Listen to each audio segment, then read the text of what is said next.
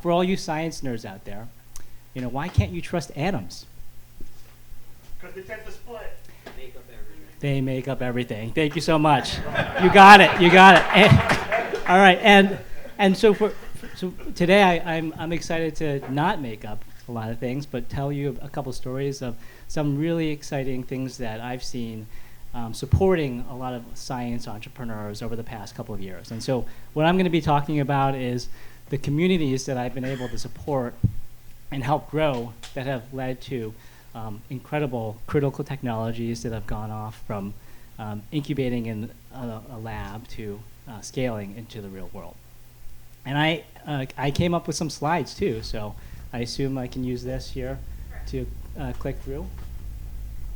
So the first thing I'm going to do is I'm going to talk a little about a fellowship program that I helped build. It was called Activate. This is a science nonprofit fellowship program. It's a bit of a word. We are not an accelerator. We are not an incubator. But we do look for some of the world's most talented people that are stumbled on a breakthrough technology, and we want to help them bring that into the world. And how do we do that? We give them money. It's all non-dilutive capital. It's on the order of $350,000, $400,000 that we provide. A lot of that is in the form of a stipend that we provide directly to the scientist, to the entrepreneur. And that's really important to us because we believe in supporting the founders, not the company. So we are not investing in the company. We are supporting the person. We are giving them a check. In addition, we also provide another $100,000 in a recoverable grant to help them to mature that technology out of the lab. But more importantly, we also help cultivate a community of other science entrepreneurs in a cohort construction that go through building companies together. And it's not a 3-month program, it's not 6 months, it's a 2-year program where these founders are growing and building these companies together over 2 years. And we have overlap between cohorts. So the year 2s become really great mentors to the year 1s, and those year 1s mature, and then they become great mentors to the next generation. And so this is something that we're doing here in New York City. Our founders are getting together every twice a month, every other Thursday, where they're learning. We have programming, we have speakers, we have workshops, we have investors, founders talks, where they all learn and get together and build those strong bonds and relationships. Because as a lot of founders here know, building a company is super hard and it's super lonely. How can we help build a community, a resilient community that can continue, not just for these 2 years, but for the duration of building that company and maybe on to the next one. Each one of these communities is also anchored by a team, a small team, a managing director like myself that has previously built a deep technology company and that has gone on those shoes and that can support the fellows. And I meet with a lot of these founders almost on a bi-weekly or even weekly basis, and so it's been such a privilege to be working with so many. And then the last piece of this Activate Fellowship program is most of these scientists, have never really taken a lot of business classes, and so what we do is we provide almost an executive MBA program for specifically hard tech entrepreneurship. How to think about CapEx, how you think about fundraising in the deep tech space, and then also surrounding a lot of these founders with the right ecosystem, the resources, the labs, the facilities, and things like that. So we can help make that transition from the lab to the market a little bit easier. There we go. So where do we fit in the ecosystem? We are right at the very beginning. We are typically the first check-in. Whenever a scientist, a PhD student is about to graduate, they're like, this technology that I invented, I want to continue working at it, but I don't know how. And so that we're typically the partners that help them figure that out over those first 2 years. And then, of course, there is a broader ecosystem of a pipeline that we work with as that technology continues to mature. And in addition, as we think about ecosystems at work that supports a lot of entrepreneurship and science entrepreneurship, is we don't do this by ourselves. We do that with great academic partners. We do that with our federal and state government partners. We do that with large corporations and with philanthropies as well. And so here in New York, we're partnered with Columbia University, NYU, CUNY, Rutgers, and all these great universities. We are also partnered here with NYSERDA here in New York State, and of course with the Department of Energy in Washington and many others. One thing that I get asked a lot is, how is Activate funded? We're not taking any equity. We're not, so how do you get compensated? And we are a nonprofit, and we are primarily funded through the government, through federal and state, as well as through philanthropic foundations as well. And that is really important, and I'll talk a little bit about why in just a minute. And so this is a picture of one of our Activate Fellows, and we actually have another Activate Fellow here in the audience that I'll point out to in a minute. His name is Yang. He is a researcher. He was a researcher at Columbia University. He's been over 10 years ago, he started to work on how to create new materials that could capture CO2 in the atmosphere. That was before we knew what carbon removal is or direct air capture and all these types of things, but he just really wanted to work on this problem to think about how can we reverse climate change and greenhouse gas emissions. Fast forward to many more years later on, there is this whole new ecosystem around carbon capture. I think a lot of people here know a bit about it.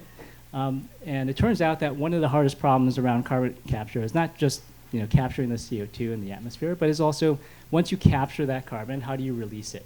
And right now, those release mechanisms are really expensive. What you have to do is you have to usually use a lot of energy. It can use a lot of heat, high temperatures. That releases the CO2 molecule, and that can be very expensive, and it can also damage the material that you're capturing it with to begin with. And with Yang, what he's invented and he stumbled upon is a new capture and release mechanism where instead of using heat, you're using water. And so when you think about that, and this is a flow sheet of simplistically of how the technology works, is he has a material that you can put in a membrane that passively just captures the CO2 in the atmosphere. And then once it's fully loaded, because there's all these little pores, and so it would absorb onto the surfaces. You spray some water. You close the chamber. You spray some water, and then the material magically just releases the CO2 down into that chamber. And then what you do then is you vacuum out that CO2. You can then compress it, and then you can send it along its way into a pipeline. You can send it underground. You can purify a little bit more, and you can turn it into industrial gas. You can use it for food and beverage. You can use CO2 for a lot of different things.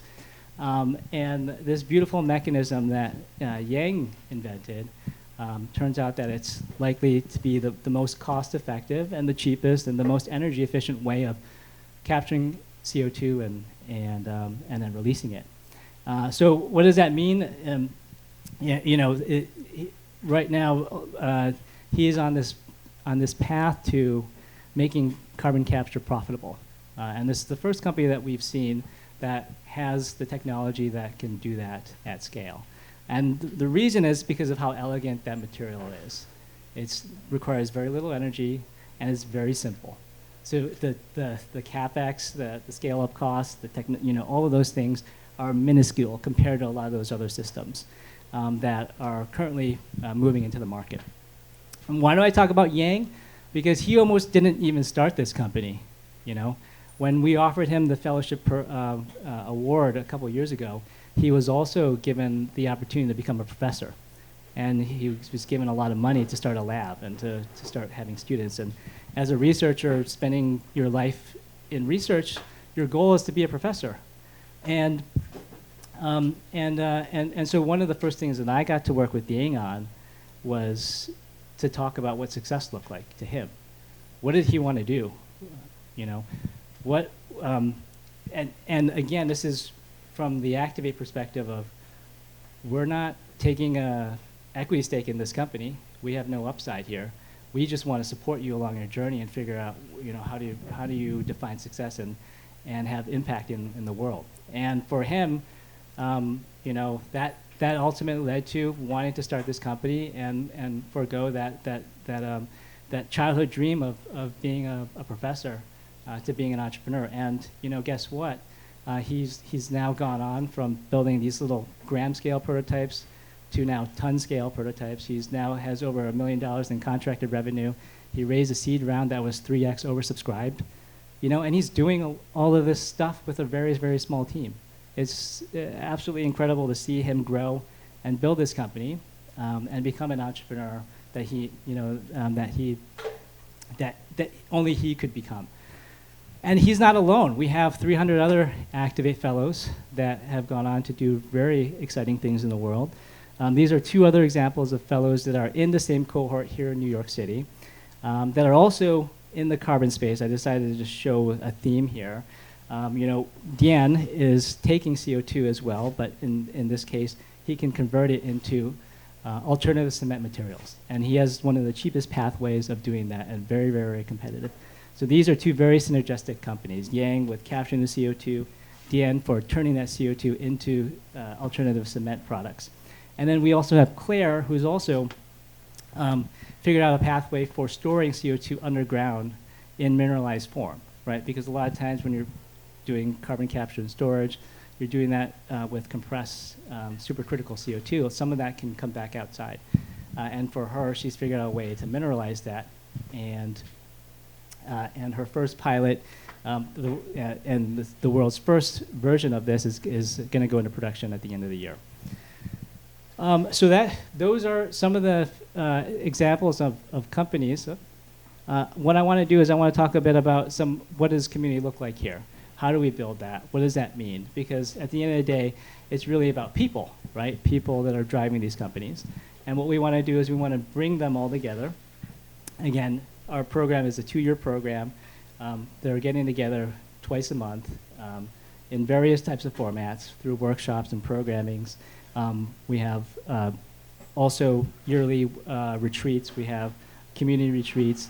And we just have all these different ways and partners that we're partnering as well. We are also engaging with a lot of vertical communities as well that can go deeper in, let's say, in the carbon space or in the optic space or in the quantum space and all these others. Because we can't do everything. Our focus is really about the individual and helping them figure out how do they become their best versions of themselves. So we've been around for 10 years now. And our results have been nothing short of spectacular. The companies, we've supported almost 230 companies. They've raised over $4 billion in financing. A number of them are parallel tracking to an IPO right now. That was never like the goal. The most important thing, though, that I'm excited about is this number here. Of the 250 companies over 10 years, 97% are still active today. Now that number is going to go down. It's probably going to go down to maybe 85, 90% given the macro. But it's not going to be 10, 20, 30. And a lot of that is because of, I think, the resilience, the community that we've been building that's been compounding over the past 10 years. And this community keeps on getting better and better and better. And for so many different reasons I can talk about, you guys can come talk to me about later. I'm gonna end on this slide. I had the front row seat to see incredible technologies, incredible founders, building incredible businesses. And I just wanted to highlight a few additional ones. Pumpkin, they figured out a way to extend the shelf life and the nutritional value of human milk, breast milk, one of the most nutritious fluids in the world. And they are pioneering not just the science of this, but also how do we extend that shelf life. And that can also extend to all sorts of other high-value foods. Foray Bio is another company that has figured out a way to use plants as a biomanufacturing platform. And what they can do is they can create new types of materials, new types of bioactives, as well as seeds through just the machinery of plants. The most exciting thing that I've seen there is she can take a tissue from a tree and she can turn that back into an embryo, and then she can turn that into a propagation. So you can create a bunch of little baby trees. And why is that important? Because there's a lot of trees that are going extinct right now. And sometimes it takes up to 50 years before a tree can get mature enough to germinate seeds. So we're talking about 50 years down to a couple months right? And so this is a whole new platform for thinking about reversing biodiversity loss. And then over here we have another woman entrepreneur that's been building the whole new infrastructure for advanced optics and manufacturing. Everyone is excited about AI data centers, quantum, and all those other things. Well, you know what? You have to use a lot more fiber optics. And you know what? How do you connect those fiber optics to a chip? There's so many pain points there right now, and she's figured out a way to do that 100 times X better than anything else out there, using lasers instead of what the state of the art right now is, which is glue. And then the final person is over here, GA. Stand up for a second. She's one of our Activate fellows. She is building, okay, yeah, let's clap for her. Let's clap for her.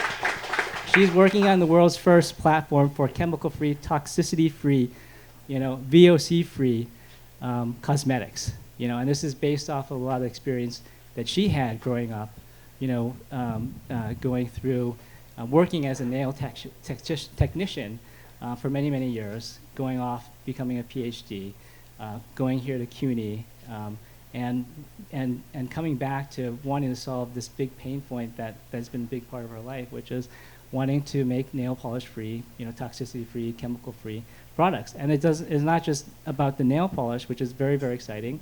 It also can be a very, very exciting business, but also a platform for all sorts of bio-derived products. And so I know I'm up, my time is up, but the most exciting thing across all of these businesses, this is my last thing, is that a lot of these companies I've seen have really, really good business fundamentals. They have deep technology moats. They don't have very much competition. And the margins can be fantastic.